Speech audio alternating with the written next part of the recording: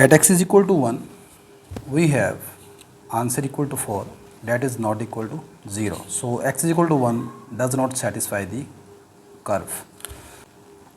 Similarly, when x is equal to minus 1, we obtain 2 raised to power minus 2 plus 2 raised to power minus 1 minus 2, which is again not equal to 0. So x is equal to minus 1 also does not satisfy this equation. This shows that option A and B are not correct, and we are not sure that whether curve has x-intercept or not. So we cannot take C option.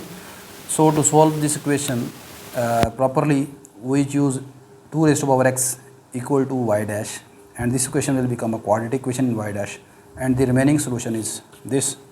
From this we have two values of y.